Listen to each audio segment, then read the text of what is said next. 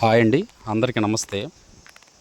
దేవుణ్ణి మనం 4 భాషల్లో ఎలా పలుకుతారు, ఎలా పిలుస్తారు అనేది ఇప్పుడు చూద్దాము.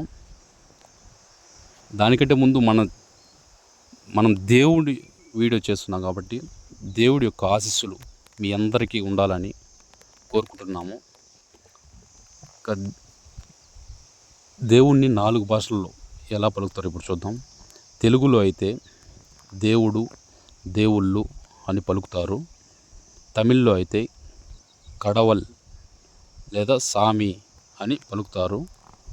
హిందీలో అయితే భగవాన్ అని పలుకుతారు. ఇంగ్లీష్లో అయితే గాడ్ అని పలకడం జరుగుతుందన్నమాట. అంటే ఒక్కొక్క భాషలో ఒక్కొక్కలాగా పలకడం జరుగుతుందన్నమాట.